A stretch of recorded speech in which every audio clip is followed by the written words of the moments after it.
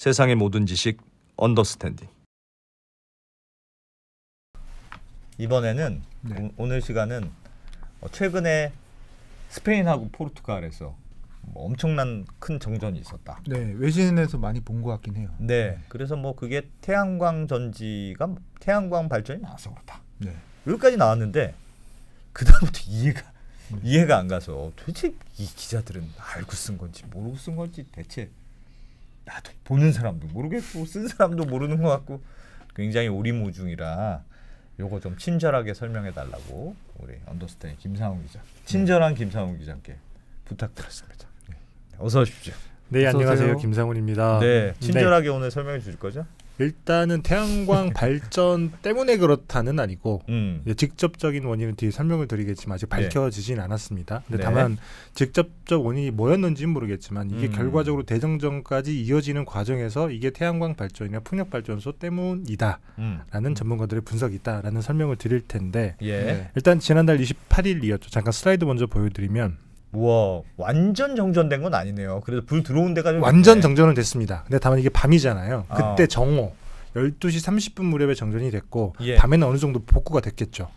조금 그래서 평소보다는 일부 복구된 데가 있는 거고. 일부 복구돼서 이제 평소보다는 조금 그래도 뭐랄까 많이 어두운 그런 상황인데 아예 새까만 건 아니고요.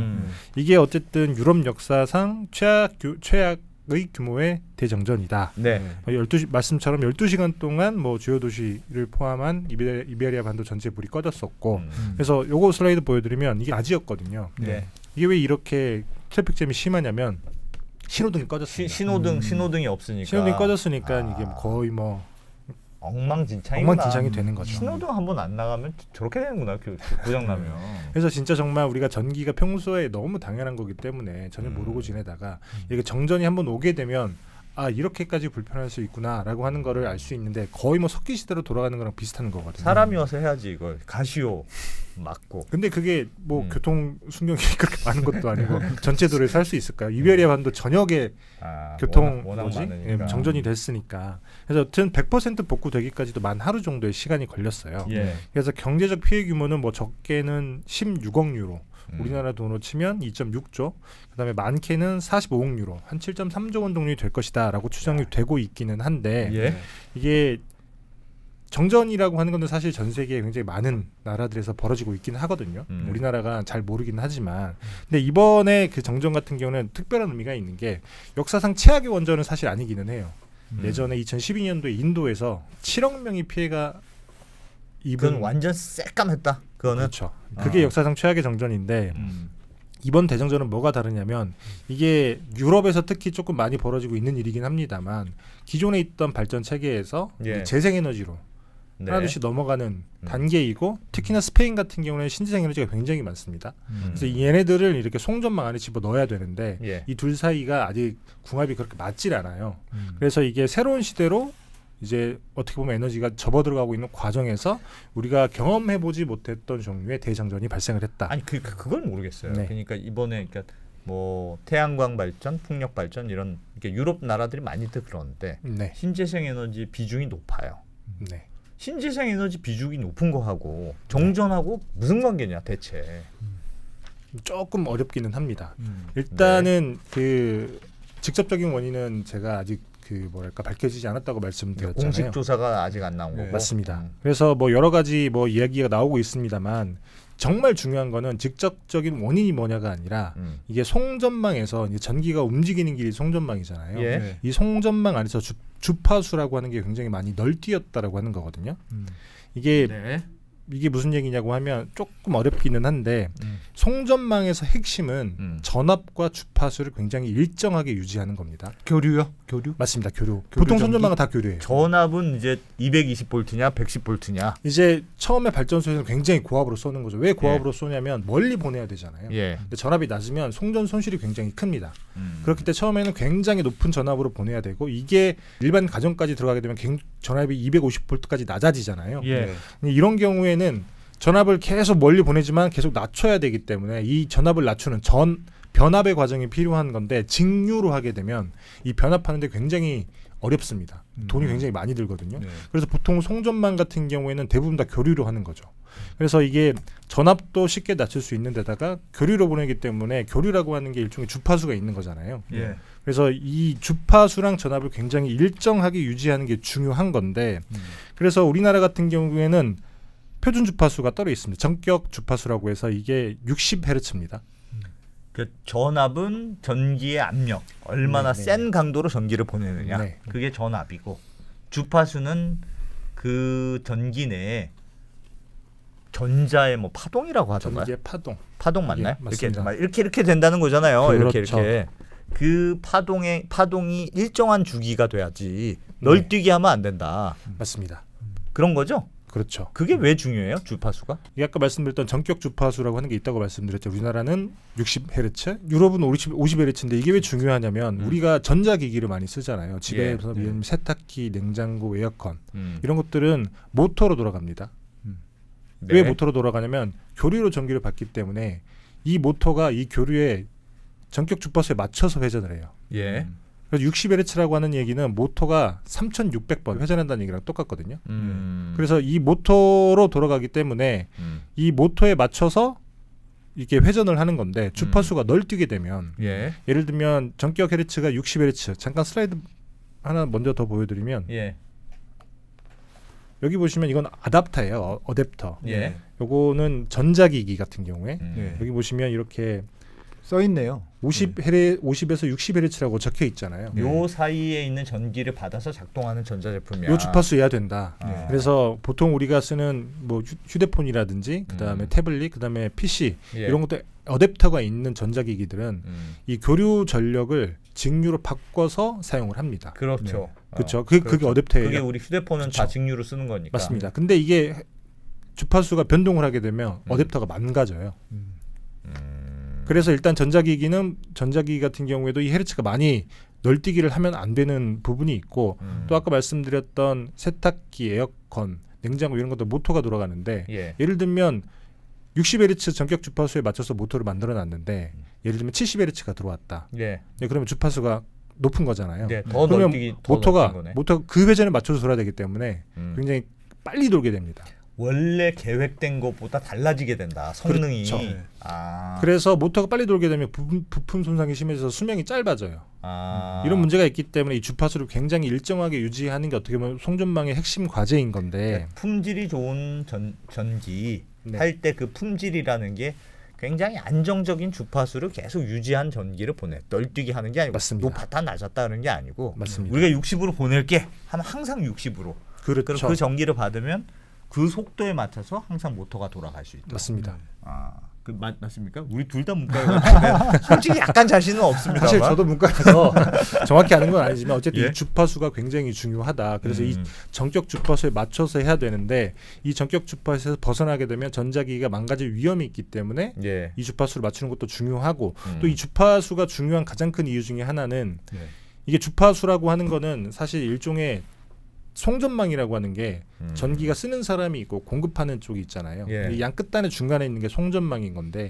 이 수급이 정확히 일치를 해야만 전격 주파수를 유지를 할 수가 있습니다. 그게 무슨 말이에요? 쓰는 사람이 열이다. 예. 그러면 보내는 사람도 열이어야 돼요. 네.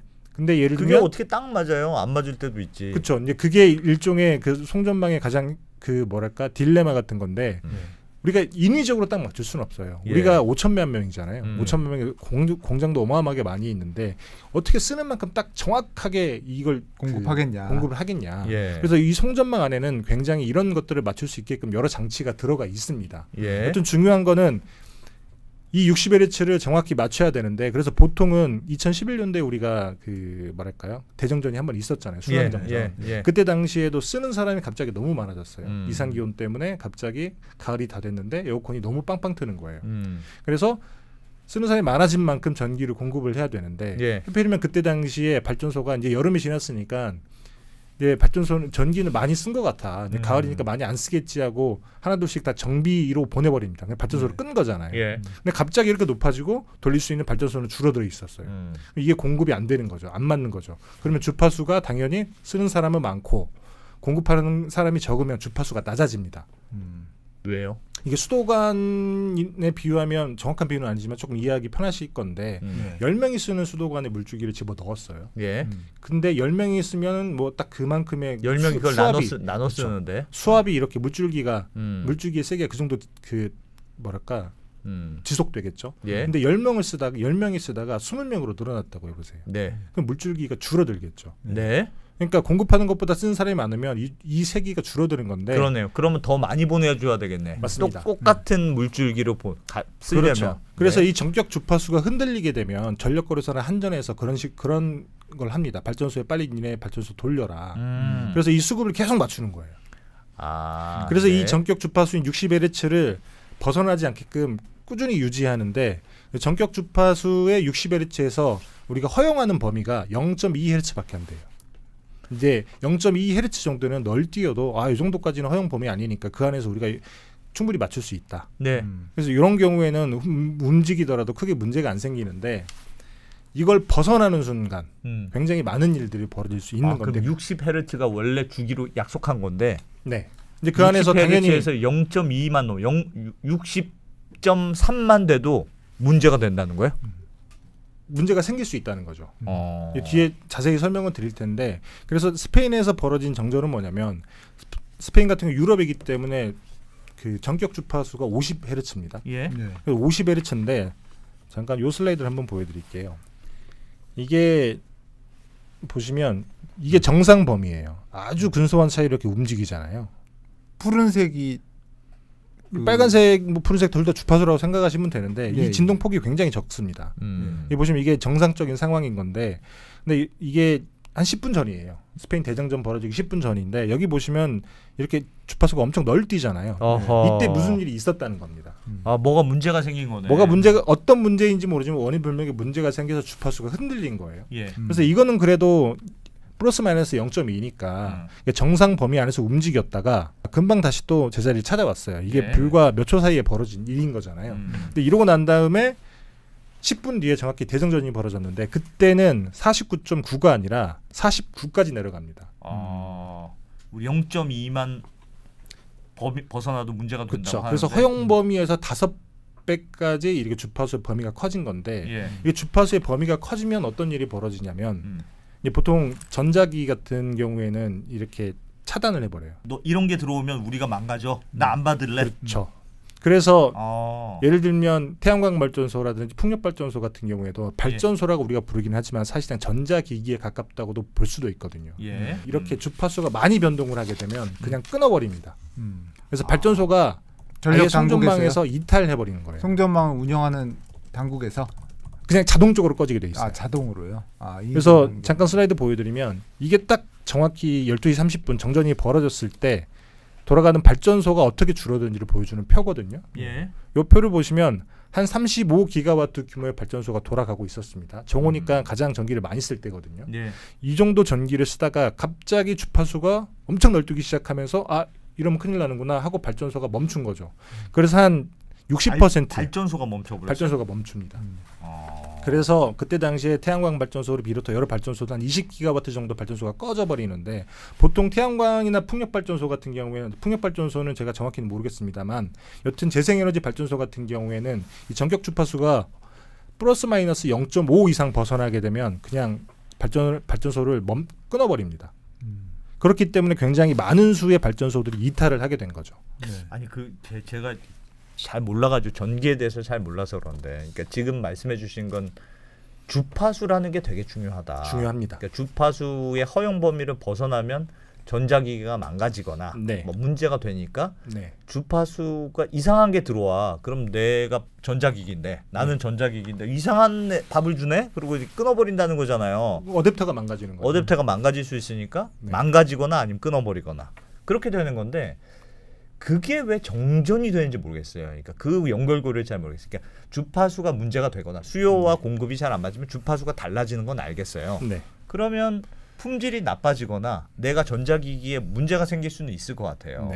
근데 왜 정전이 생기냐는 거예요. 그러니까 그걸 왜 공급을 끊어버리냐는 거예요. 끊어버리니까 자동적으로 끊긴다니까요. 그러니까 왜 자동적으로 보내는 사람 입장에서 내가 그냥 보내면 되는 거지. 보내는 사람이 왜 문제가 될까요? 일단 태양광 발전소 같은 경우에는 인버터라고 하는 걸로 이렇게 그 전기를 변환해서 보냅니다. 인버터가 뭐냐면 직류로 생산을 해서 교류로 변환해서 보내는 거예요. 그렇겠죠. 근데 이 인버터가 고장 납니다. 주파수가 아까 말씀드렸다시피 0 플러스 마이너스 0.5Hz 이상인 경우에는 자동적으로 발전이 중지된다고 말씀을 드렸잖아요. 예. 허용 범위를 넘어가는 순간 이 인버터가 고장 날 수 있기 때문에 발전소 입장에서 그냥 꺼버리는 거예요. 발전소에서도 맞습니다. 그럼 더 수요 공급이 안 맞을 텐데. 그렇죠. 그러니까 대정전이 한꺼번에 벌어지는 거죠. 이렇게 말씀드렸다시피 이렇게 이만큼의 요 표를 한번 보여드릴까요? 지금 전력 수요가 이만큼이 되는 거예요. 예. 이만큼이 되는 건데 전기 공급이 이만큼밖에 안 되는 거잖아요. 갑자기 훅 다 꺼져버린 거예요. 그렇죠. 그렇기 때문에 이제 전체적으로 송전망이 아예 먹통이 돼버리는 상황이 벌어지는 거죠. 우리가 생각하는 것처럼 송전망이라고 하는 거는 그냥 얼마를 받든 얼마를 보내든 그냥 무조건 간다 이런 느낌이 아닌 거고 정확히 들어가는 것과 나오는 게 같아야 돼요. 그러니까 들어가는 것과 나오는 보내는 전기와 쓰는 전기가 수요가 맞아야 항상 일정한 주파수가 유지되는데 그렇죠.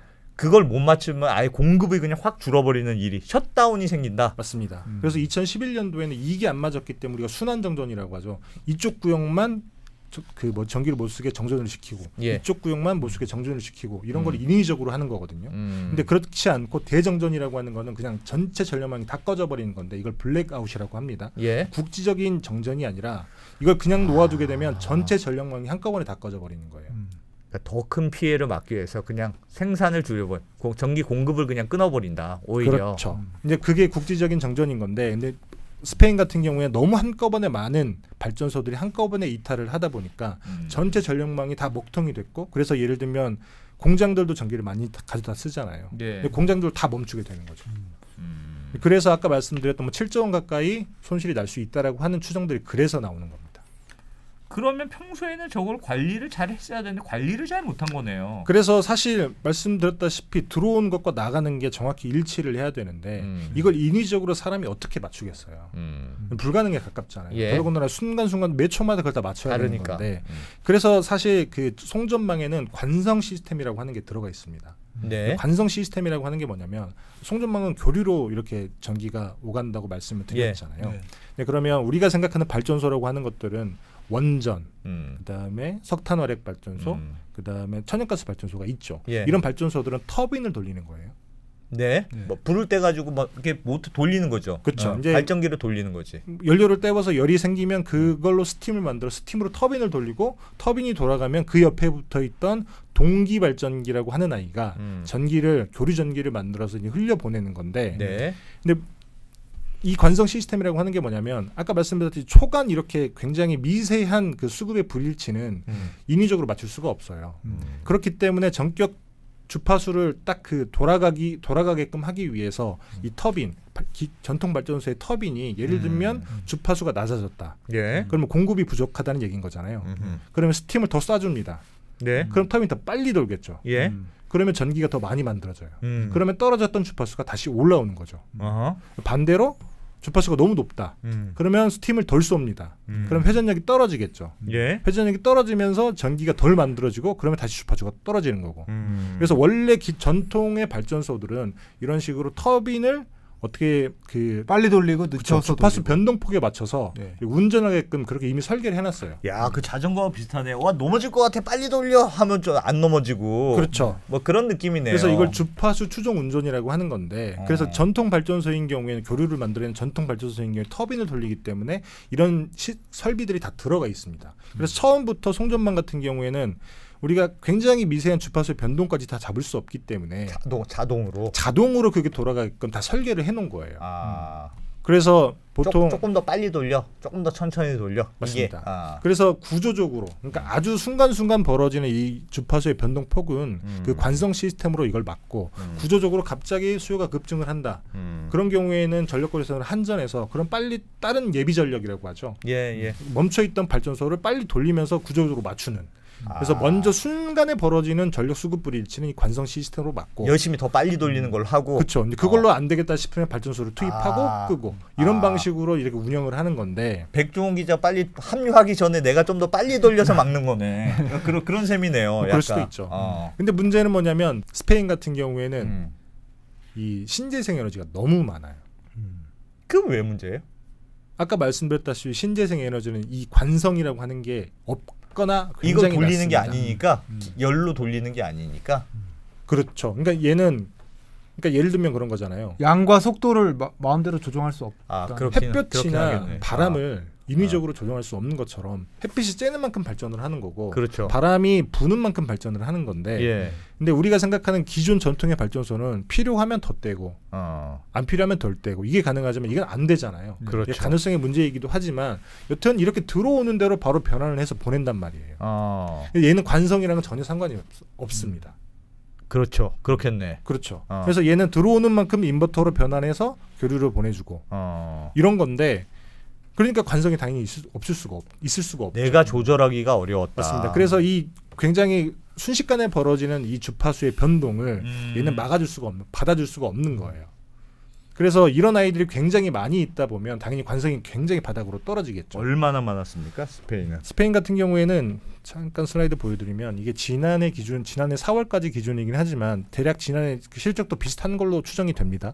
전체 전기의 60%를 신재생 에너지로 만들어요. 초록색이 뭐 엄청나네. 풍력이고. 맞습니다. 그리고 지난달 4월 16일 같은 경우에는 스페인이 평일이었거든요. 수요일이었는데 예.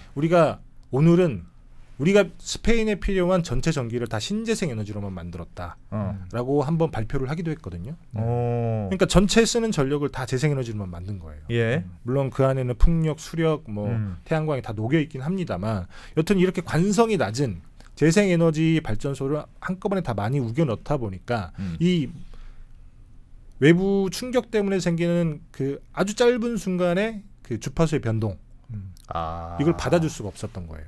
그러니까 날씨가 쨍쨍해서 오늘은 태양광으로만 우리 다 커버하자라고 생각했는데 갑자기 먹구름이 몰려왔어.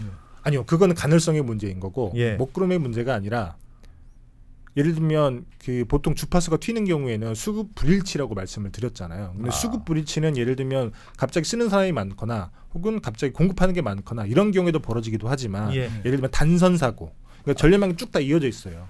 그럴 수도 있겠다. 전력망이 딱 다 이어져 있는데 어느 순간 한쪽에서 딱 잘린다. 예. 그러면 이 공급과 수급이 불일치가 그때 순간적으로 발생을 하는 겁니다. 예. 물론 그런 경우에는 예를 들면 변전소 같은 곳들에서 이렇게 그런 송전선은 아예 그냥 가는 길을 막아버리거나 이런 식으로 대처를 하긴 합니다만 자동적으로.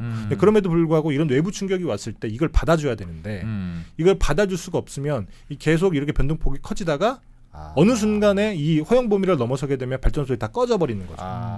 그래서 이 주파수 변동폭을 막아주는 시스템이 있어야 되는 거예요. 이게 인위적으로 다 이렇게 일일이 다 맞출 수 없기 때문에. 근데 태양광이나 풍력 같은 경우는 이게 없기 때문에 그런 외부 충격이 왔을 때 굉장히 취약하고 취약하다 보면 어떻게 보면 국지적인 정전으로 막았어야 되는데 너무 한꺼번에 많은 그 발전소가 이탈을 하다 보니까 전체 이베리아 반도 전체가 정전이 되는 일이 벌어지는 거죠. 알겠습니다. 뭔지는 알겠는데 그러면 지금 설명하신 걸 들어보면 원래 태양광은 그런 구조적인 리스크를 안고 있는 발전원이에요. 맞습니다. 그럼 그거를 스페인 당국, 포르투갈 당국도 알았을 거 아닙니까? 알았겠죠. 근데 왜 이런 일이 일어났을까요? 이게 조금 아니랬다라고 뭐 저는 판단을 하고 있는데 개인적인 판단이긴 합니다만. 네. 그래서 이게 보통은 이 태양광에서 많은 분들이 아는 치명적인 단점 중에 하나가 간헐성이잖아요. 이 간헐성이라고 하는 게 지가 만들고 싶을 때만 만든다. 쨍쨍하면 많이 나오고 그렇죠. 흐리면 잘 안 나오고. 맞습니다. 그래서 이거는 사실 전력이라고 하는 게 수급이 맞아야 되는 건데 거기에는 굉장히 벗어나 있기 때문에 이게 굉장히 이렇게 운영이 어렵다. 이런 단점이 있지만 두 번째 많은 분들이 모르는 가장 큰 단점이 이 관성입니다. 관성. 이게 순식간에 벌어지는 이 주파수의 변동폭을 태양광이나 풍력발전소는 받아들일 수가 없기 때문에 그럼 이 관성을 어떤 방식으로 우리가 송전망에서 제공을 해야 되냐 이런 것들 고민을 굉장히 많이 해요. 그러니까 조금의 그 수요와 공급이 안 맞았을 때 조금 더 빨리 돌리고 조금 더 천천히 돌리고 하는 그 미세 조정이 돼야 되는데 그렇죠. 태양광 풍력은 우리가 미세 조정을 못 하니까. 맞습니다. 그래서 보통은 이럴 때는 어떤 방식으로 하냐면 태양광이나 풍력 발전을 기저 발전이라고 하는 걸로 돌리질 않아요. 걔는 그냥 그대로 그냥 나온 대로 하고 그렇죠. 나머지 가지고 그걸 조정해야죠. 맞습니다. 그래서 예를 들면 중국이 좋은 예가 될 수 있는데 제가 중국 한번 보여드릴게요. 중국 태양광 설비 규모입니다. 어마어마하네. 중국이 전 세계 다른 나라들 다 합한 것보다 태양광이나 풍력 발전소가 많아요. 예. 근데 중국에서 정전이 일어났다는 얘기는 한번 들어본 적이 없잖아요. 예. 근데 중국 같은 경우에는 태양광이랑 그 풍력 발전소의 설비 규모가 1,400기가와트 정도 되는데 이게 유럽으로 치면 1기가와트가 원전 1기거든요. 그러면 1,400개의 원전이 돌아가는 거랑 똑같은 만큼의 어마어마한 설비가 있습니다. 예. 근데 그럼에도 불구하고 전체 전기의 절반은 석탄 화력 발전소로 만들어요. 그 말인즉슨 기저 발전은 석탄 화력 발전소로 돌리고 예. 그럼 얘가 관성을 담당한다는 거죠. 아 그렇죠. 그러니까 약간 빨리 돌리고 약간 늦게 돌리고. 약간 빨리 돌리고 늦게 돌리는 걸 하고 태양광이 많으면 좀 덜 석탄 덜 돌리고. 그렇죠. 그래서 태양광이 좀 적으면 좀 석탄 많이 쓰고. 그렇죠. 그래서 이 기저를 담당하는 발전이 있고 이 기저 발전에서 이 관성을까지 담당을 해주기 때문에 사실 중국에서는 그 스페인 같은 대정전이 일어나지 않는 건데 스페인 같은 경우에는 아까 말씀드렸다시피 100%를 재생에너지로 만들었다고 말씀드렸잖아요. 예. 근데 기저 발전이 없다고 보시면 되는 거예요. 그래서 대부분 기저 발전을 아예 그냥 태양광 신재생으로 두고 그 나머지 어떤 전통적인 발전원은 그냥 보조적인 수단으로만 활용을 하다 보니까 관성력이 굉장히 낮았던 겁니다. 그렇기 때문에 스페인에서 이런 문제가 발생을 한 거고 스페인도 뭐 이런 일을 몰랐던 건 아닐 거예요. 예. 그러니까 태양광이나 풍력 같은 경우에도 이게 치명적인 약점이라는 거 많은 사람들이 알고 있거든요. 그래서 예를 들면 캘리포니아에서도 뭐 순환정전, 그다음에 남호주에서도 순환정전, 그다음에 영국 같은 데도 풍력 발전소가 한번 이탈하면서 송전망에서 정전이 벌어졌던 적이 있는데 예. 그래서 이런 국지적인 정전들을 보고 많은 사람들이 요건 치명적인 단점이구나. 그래서 우리가 이걸 어떤 방법으로 해결할지 한번 고민을 한번 해보자라고 굉장히 많은 장치들을 고안을 합니다. 그래서 첫 번째가 배터리 에너지 저장 시스템. ESS라고 ESS, 하는. 맞습니다. 그래서 예를 들면 그런 거죠. 많이 만들게 되면 배터리에 집어 넣어놓고 필요할 때 뽑아 쓰고 이게 가능성 문제도 해결하지만 예를 들면 주파수가 흔들린다. 그럴 때 배터리로 보내거나 혹은 배터리에서 빼오거나 이런 방식으로 해서 주파수를 맞출 수가 있는 거예요. 당연히 배터리로 해야죠. 왜냐하면 태양광은 언제 얼마나 많이 나올지 모르니까. 맞습니다. 배터리로 그냥 되는 대로 계속 모아놨다가 쓰는 거는 그냥 일정한 속도로 빼갖고 쓰면 되지 않습니까? 그렇죠. 그래서 이 배터리 BESS 같은 경우가 사실 간헐성 문제나 관성 문제를 해결하는 가장 좋은 방법이긴 해요. 예. 근데 문제는 기본 아니에요? 기본? 너무 비싸죠. 너무 비싸요. 많이 비쌉니다.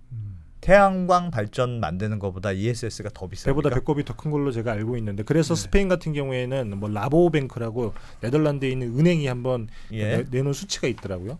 지난 4월 기준으로 봤을 때 태양광이랑 풍력 발전소가 한 70기가와트 정도 있어요. 스페인에.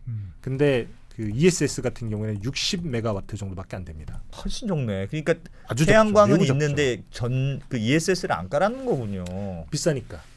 그러니까 메가와트 기가와트 70기가와트면 네. 7만 메가와트거든요. 네. 근데 60메가와트밖에 없었다고 하니까 네. 거의 뭐 1000분의 1인가요? 그 정도밖에 안 됐던 거죠. 이제 그렇다 보니까 뭐 그거 말고도 사실 또 여러 방법들이 있기는 해요. 이거는 뭐 굉장히 기존 전통적인 발전원처럼 굉장히 관성률을 충분하게 갖는 건 아니지만 뭐 예를 들면 가상 동기 발전기라고 하는 것도 있습니다. 아까 제가 잠깐 서두에 설명을 드린 게 뭐였냐면 그 전통 발전소 같은 경우에는 터빈 옆에 동기 발전기라고 하는 게 붙어 있어서 이게 터빈이 도는 만큼 전기를 생산을 해서 내보낸다고 말씀을 드렸잖아요.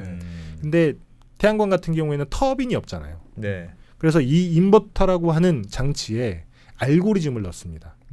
그래서 가상 동기 발전기거든요. 그래서 예를 들면 송전망에서 주파수가 흔들린다 순간적으로 그런 경우에는 얘가 출력 제어를 할 수 있게끔 하는 거예요. 나와도 그렇죠. 덜 나온 것처럼. 그렇죠. 따로 어떤 장치가 들어가는 게 아니라 인버터에 알고리즘을 집어 넣는 거죠. 그래서 예를 들면 주파수가 이렇게 출렁인다. 그래서 주파수가 떨어진다. 그러면 출력을 더 높게끔. 그럼 주파수가 높아진다. 그럼 출력을 줄이게끔. 이런 그 제어를 할 수 있는 알고리즘을 집어 넣는 방식으로 하는데 근데 문제는 스페인 같은 경우에는 이런 기술을 알고는 있어요. 알고는 있지만 예를 들면 아까 예시로 들었던 영국, 호주, 그다음에 미국의 캘리포니아 이런 주들은 한번 그 국지적인 정전, 순환 정전으로 한번 호되게 대인 적이 있기 때문에 이런 가상 동기 발전소로 가는 기술들을 굉장히 적극적으로 도입을 합니다. 근데 스페인 같은 경우에는 이런 걸 적극적으로 도입을 하지 않았다고 하더라고요. 그렇다 보니까 관성이 굉장히 낮아져 있는 상태였고 그리고 뭐 제가 생각하기에 스페인은 아마 믿는 구석이 있었던 것 같기는 해요. 예. 잠깐 슬라이드 보여드리면 이게 스페인의 전력망이거든요. 근데 여기 보시면 이 프랑스에서 들어오는 그 400kV짜리 굉장히 고압 성종로가 3개가 있습니다. 예. 네. 그래서 이게 유럽 전체 전력망이랑 이어져 있거든요. 네. 이게 일종의 관성 역할을 할 수 있겠다라고 생각을 한 거예요. 예를 들면 여기서 갑자기 주파수가 떨어지면 저쪽에서 많이 들어오겠죠. 예. 전체 전력망이 연결이 되어 있으면 그런 식으로 작동을 하는 건데 근데 문제는 이게 원인인지 결과인지는 모르겠습니다만 그때 해필이면 정전이 벌어지긴 12시 딱 30분 무렵에 이 송전 선로가 다 끊어집니다. 왜? 이유를 모르겠어요. 뭐 화재가 났다라는 뭐 기사도 있었지만 뭐 화재가 아니라는 기사도 있었기 때문에 이것도 정확히 조사 결과가 나와야 알 수 있기는 합니다만 결과일 가능성이 높겠죠. 그렇죠. 여튼 이게 어찌됐든 이 송전 선로가 그나마 관성이라고 하는 걸 유지를 해주는데 근데 이게 그 교류 송전망이거든요. 교류 송전망인 경우에는 일정 지역에서 이런 식으로 굉장히 진폭이 넓게 뛰는 이렇게 변동폭이 높아지는 커지는 그런 경우에는 그냥 아예 송전 선로를 차단해 버려요. 이게 변압기 내부에서 이제 그런 문제가 있기 때문에 아마도 자동적으로 개폐가 된 게 아닐까 싶기는 합니다만 근데 여튼 이게 잘리면 이 이베리아 반도 전체에서는 그럼 관성을 담당해 줄 게 아무것도 없는 겁니다. 그렇기 때문에 진동폭이 계속 커질 수밖에 없었고 그래서 갑자기 순식간에 너무 많은 발전소가 송전망에서 이탈을 하는 바람에 대정전이 벌어진 거죠. 야, 제가 찾아보니까 태양광 발전소 비슷한 규모의 태양광 발전을 하나 설치하는 데 드는 비용보다 그 같은 규모의 ESS 전기 까는 게 2배 이상 드네요, 가격이. 맞습니다. 현재도. 그 비싸니까 태양광만 일단 왕창 깔아놓고 저장해두는 ESS는 소극적으로 깔아놨나 보네. 그래도 그나마 그 저기 뭐죠? 제가 안일하다고 하는 게 그건 돈 들어서 어쩔 수 없다고 생각을 할 수도 있어요. 왜냐하면 사업자 입장에서는 야 이거 없어도 우리가 충분히 할 수 있는데 왜 이렇게 돈 들어가지고 이걸 만들어? 우리 그냥 나오는 대로 팔고 조절은 너희가 알아서 해. 그렇죠. BEP가 안 맞기 때문에 뭐 그건 그럴 수 있다고 치는데 이 아까 말씀드렸던 가상 동기 발전기 같은 경우에는 사실 기술이거든요. 네. 그래서 이게 인버터에 이 알고리즘을 집어넣거나 아니면 이 알고리즘이 들어간 인버터로 교체를 하는데 한 대략 그 발전소 설치 비용의 10% 정도가 든대요. 근데 그 정도면 사실 충분히 위험 대비 차원에서는 음. 나쁘지 않을 거라고 생각을 하는데 스페인 같은 경우는 이런 부분도 많이 미흡했던 게 아닌가라고 판단이 됩니다. 야, 이 사례가 보여주는 건 태양광 발전 뭐 이게 유럽의 경우는 너무 비중이 높아졌고 네. 그 비중이 높아지는 건 좋아. 근데 그 대신 그 비중이 높아진 만큼 이 시스템의 불안정성을 해결할 만한 시스템이 같이 따라와서 있었어야지. 요건 없이 그냥 그것만 재생에너지 비중만 높아지면 매우 위험한 일이 일어날 수 있다. 그렇죠. 그래서 사실 스페인 전력공사에서도 최근에 그런 보고서를 냈다고 해요. 이게 너무 송전망에 수많은 태양광 발전소와 풍력 발전소들이 들어가 있다. 예. 그러면 이 관성에 문제가 생기고 운영이 굉장히 힘들어진다. 이런 맥락의 보고서를 냈는데 스페인도 몰랐던 건 아니지만 뭐 지금까지 아무 문제 없이 해왔으니까 그렇겠거니 하고 안일하게 생각을 했는데 외부 충격이 한번 오는 바람에 이 외부 충격은 원인 불명입니다. 뭐 아직까지는. 어떤 수요가 갑자기 적어졌는지 많아졌는지 그렇죠. 뭐 단선 사고가 있었는지 그건 몰라요. 아직은 알 수 없어요. 근데 다만 이 외부 충격이 왔을 때 관성이라고 하는 게 원래대로 돌아간다는 힘인 거잖아요. 그래서 전격 주파수에 맞게끔 다시 돌아가게끔 시스템이 돌아가야 되는데 이 관성력 있는 시스템이 없다 보니까 진폭이 계속 커지는 거죠. 이제 그렇다 보니까 너무 커졌네. 그럼 우리 발전소 위험해하고 발전소들이 다 자동으로 이렇게 끊어버리는 겁니다. 그럼 그냥 설정해 놓은 관성의 범위, 허용치, 설정해 놓은 허용치보다 좀 더 큰 변화가 뭔가 있었고, 네, 그런 거네요. 그러니까 그렇죠. 그 허용 범위를 좀 더 넉넉하게 해놓으면 뭐 요만큼의 변화 사이에는 문제가 없었을 텐데 그러려면 돈이 드니 야 요만큼까지만 하면 설마 뭐 지진이 일어나겠어? 하고 요만큼만 내진 설계를 해놨는데 그거보다 좀 더 큰 지진이 온 그런 느낌하고 비슷하네요. 그렇죠. 뭐 지금까지 제가 생각할 지금까지 뭐 순환 정전 이런 문제가 없었던 게 되게 용하다 싶을 정도로 빠듯하게 해놨구나 그냥. 그렇죠. 그런 것 같아요. 본인들이 전력망 운영을 잘한다고 생각했을 수 있죠. 다만 이번에 이제 제대로 드러나게 된 거죠. 우리가 아무런 준비도 해놓지 않았구나. 물론 스페인 내부에서 이런 것들 통해서 굉장히 많은 준비를 하려고 노력은 했을 겁니다. 근데 다만 아까 말씀드렸다시피 돈이거든요. 돈의 문제. ESS를 깔려고 해도 돈인 거고, 그다음에 가상동기 발전소를 집어넣으려고 하는 것도 돈인 거고, 이거 외에도 뭐 여러 가지 어떤 장치들이 있기는 합니다. 뭐 기술 발전들이 굉장히 많이 되고 있기 때문에 태양광이나 풍력 같은 경우에도 결국에 언젠가는 관성을 충분히 갖추게 되는 날이 올 텐데 아직까지는 조금 미진하고, 그렇다 보니까 돈이 조금 더 들고, 그렇다 보니까 내가 발전 사업자라고 하면 돈 더 드는 거 하겠습니까? 당연히 안 하겠죠. 그렇다 보니까 이런 일이 마지막에는 벌어지게 되는 거죠. 저걸 보니까 생각보다 재생에너지가 요즘 가격이 많이 싸졌다고는 하던데, 설치 비용이 태양광 풍력 많이 싸졌잖아요. 근데 저런 시스템 구축 비용까지 생각해 보면 아직까지 그렇게 싼 느낌은 아닌가 보네요. 저도 뭐 그렇게 생각을 하는데, 일단 발전 단가, 이게 뭐 시스템 아무것도 당장 생각하지 않고 당장 이 발전소에서 생산할 수 있는 전기의 가격은 싸진 건 맞아요. 근데 이걸 안정적으로 운영을 하기 위해서는 여러 것들이 갖춰져야 되는데 여기에 들어가는 비용은 사실 발전 사업자가 되는 비용은 아니거든요. 그렇죠. 이거는 우리 사회가 감당해야 되는 비용이기 때문에, 그러면 이 비용들을 충분히 갖춰서 차근차근 준비해서 문제가 없게끔 만들어야 되는데 스페인은 그런 게 많이 부족했던 게 아닐까 싶습니다. 그럼 우리나라는 어떻습니까? 이런 위험이 우리나라도 똑같이, 사실 우리나라는 정전이 발생한 경우도 없고, 더더군다나 한국 옛날 같은 대정전 경우에는 있었잖아요. 왜? 그때는 지금 대정전과는 굉장히 다른 의미의 대정전이었죠. 지금 대정전은 관성력이 부족했기 때문에 발생한 대정전이고, 그때 대정전은 뭐였냐면 갑자기 이상기온 때문에 예상하는 것보다 수요가 굉장히 많이 써서 더 생산하라고 지시해야 되는데 그러다 말겠지 하고 가만히 있다가 그냥 아니요, 그러다 말겠지가 아니라 그때 이제는 이상기온이니까 예상할 수 없는 범위잖아요. 이상기온이라고 하는 게. 그래서 지금은 이제 발전소들이 정비 들어가도 되겠네. 정비를 들어가면 바로 킬 수가 없어요. 정비를 시켜놨는데. 정비를, 왜냐면 한참 여름에 빨리 많이 돌렸기 때문에 이제 가을 되면 다 순차적으로 정비에 들어갑니다. 그래서 정비를 한꺼번에 많이 보내는 거죠. 근데 갑자기 전력수는 이렇게 늘어났고, 근데 발전소를 돌리려고 봤더니 부족해요. 5분 대기죠. 다 휴가 보냈는데 그렇죠. 불이 났어. 그래서 순환정전을 시킨 겁니다. 대정전이 안 벌어지게 하기 위해서. 수요를 낮춘 거죠. 인위적으로. 아예 그냥 그건 순차적으로. 왜냐면 공급은 인위적으로 할 수가 없기 때문에. 그래서 이거는 관성력이랑 상관이 없습니다. 근데 태양광 같은, 우리나라 같은 경우에는 태양광 발전, 그 신재생 에너지 발전 비중이 그렇게 많이 높진 않아요. 더더군다나 우리는 기저발전원이 원전이나 뭐 석탄화력 발전소, 가스 발전소가 있기 때문에 관성력은 충분하기는 합니다만, 그럼에도 불구하고 이제 국지적으로 이런 일들이 벌어지기는 해요. 2020년에 있었던 일인 건데 신보령 1호기라고 석탄화력 발전소가 있습니다. 근데 이게 갑자기 멈췄어요. 고장이 났나 보더라고요. 갑자기 멈추다 보니까 당연히 공급이 줄어드니까 주파수가 떨어지겠죠. 주파수가 59.8 헤르츠까지 떨어졌습니다. 이게 허용보험이 플러스 마이너스 0.2니까 그 안에 들어가 있어요. 그렇게 큰 문제는 아닌데, 근데 문제는 태양광 발전소가 그 주변에 있는 태양광 발전소인 것 같아요. 그 비슷한 망을 쓰는, 이걸 위험 신호로 인지를 하고 발전소를 꺼버립니다. 미쳤구나. 보통은 태양광 발전소 같은 경우 플러스 마이너스 0.5를 넘어가게 되면 자동으로 꺼지게끔 설계가 된다고는 합니다만 어쨌든 이 발전소는 꺼졌어요. 그래가지고 주파수가 59.67, 그러니까 마이너스 3.3 허용범위 넘어섰네. 허용범위를 넘어선 만큼 그 주파수가 떨어진 거죠.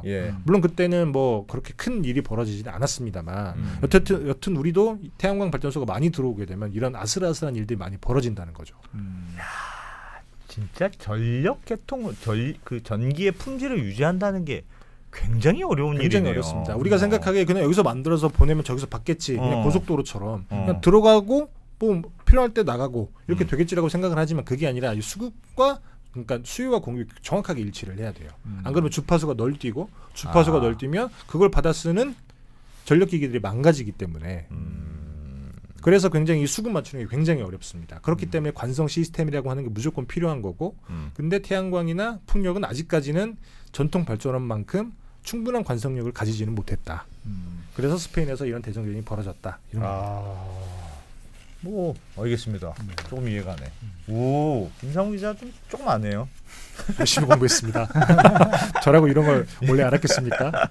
그럼 스페인은 이런 호되게 한번 겪었으니까. 그렇죠. 지금 말한 우리 전문가들이나 상훈 기자가 말하는 그런 보완책을 좀 도입하기로 했나요? 아마도 뭐 부랴부랴 뭐 VS 그 가상 동기 발전기 같은 것들을 많이 도입하려고 할 거예요. 저런 거 한 번 있으면요 갑자기 엄청 안전해져요. 한 번 사고 당하면은 거기도 정치인도 불려가고 한전 사장 불려가고 할 거 아닙니까? 그렇죠. 그때 저희 2011년도에는 한전 사장이 잘리지 않았습니까? 뭐 잘렸죠. 그렇죠. 잘리고 나중에 막 법원 다니고 막 그랬어요. 책임이 있네 없네 난리였어 난리 그때도. 그래서 우리가 전기를 너무 쉽고 편안하게 쓰다 보니까 많은 분들이 잘 모르지만 우리가 편안하게 전기를 쓰기 위해서는 굉장히 많은 것들이 필요하다. 예. 그리고 신재생 에너지 같은 경우에도 뭐 사실 재생에너지가 지구에 좋다라고 하는 거 모르는 사람이 누가 있겠습니까? 다만 이게 동전의 앞면처럼 장점이 있지만 또 동전의 뒷면에는 굉장히 큰 단점이 있는 건데 단순히 우리가 지구를 위해서 탄소 배출을 줄이기 위해서 언제까지 얼마 정도는 재생에너지를 무조건 만들어야 돼. 이런 목표치에 조금 함몰되기보다는 이 목표를 달성하는 것도 중요한데 그러면 우리가 이 단점들을 해결하기 위해서는 어떤 준비들이 필요한지 그러기에는 돈이 얼마나 들어간지 이런 것들을 조금 많이 고민을 해야 되는데 한국 같은 경우에도 아직 많이 적어서 그렇다고는 합니다만 이렇게 좀 관성력을 제공하는 시스템 이런 것들은 조금 많이 없다고 하더라고요. 2022년도에 정부에서 의무적으로 도입하게 만든 게 조금 변동폭이 커지더라도 자동적으로 끊기지 않고 의무적으로 조금 더 발전을 할 수 있게끔 이런 장치는 의무적으로 도입을 했다고 하지만 요거는 사실 관성력을 제공하는 건 아니거든요. 이런 준비가 조금 필요한 게 아닐까라고 생각이 듭니다. 이게 원래 사회적 민감도가 있잖아요. 그때 우리나라 예전에 그 2011년도 그 정전 났을 때도 제가 하여튼 제 기억을 떠올려 보면 원래 이제 예를 들면 전기가 요만큼 모자라면 위험 신호 그 한계가 있어요. 여기 넘어가면 이제 빨간 불이 막 울려야 돼요. 그래서 뭔 조치를 해야 돼. 근데 보통 사람이 살짝 넘었다가 다시 원래 정상으로 돌아오고 이러잖아요. 그 전에 몇 번 그랬다는 거야. 살짝 넘어갔는데 관성 시스템이 있기 때문에. 그래서 근데 야 이거 위험한데 이렇게 생각해야 되는데 조금 위험한 수위로 갔다가 또 괜찮아지니까 아 이번에도 괜찮아지겠지 하고 있다가 그냥 멍 때리다가 그냥 쑥 가버린. 그래서 사실 아주 원칙적으로 하고 그 허용 범위를 좀 여유 있게 만들어놨으면 그게 다 비용이긴 한데 사회적인 민감도가 좀 있으면 좀 더 안전하게 시스템을 만드는 거죠. 비용을 들여서. 맞습니다. 조금 불안불안하게 살지 말고 그런 레슨이 있는 것 같습니다. 스페인 대정전에서 배우는 교훈. 우리도 그냥 너무 안일하게 생각하지 말자. 뭐 아직은 우리나라는 안전하긴 한 것 같긴 합니다만 여튼 국지적으로 이런 아슬아슬한 일들이 벌어진다고 하면 앞으로 이걸 키우기 위해서는 우리가 준비해야 되는 게 이런 게 또 있구나. 이렇게 생각하시면 될 것 같아요. 태양광 발전, 풍력 발전은 아직도 좀 가야 할 길들이 있네요. 맞습니다. 들어보니까. 알겠습니다. 김상우 기자님 공부 열심히 해오셨네. 잘 배웠습니다. 네, 감사합니다. 잘 들었습니다.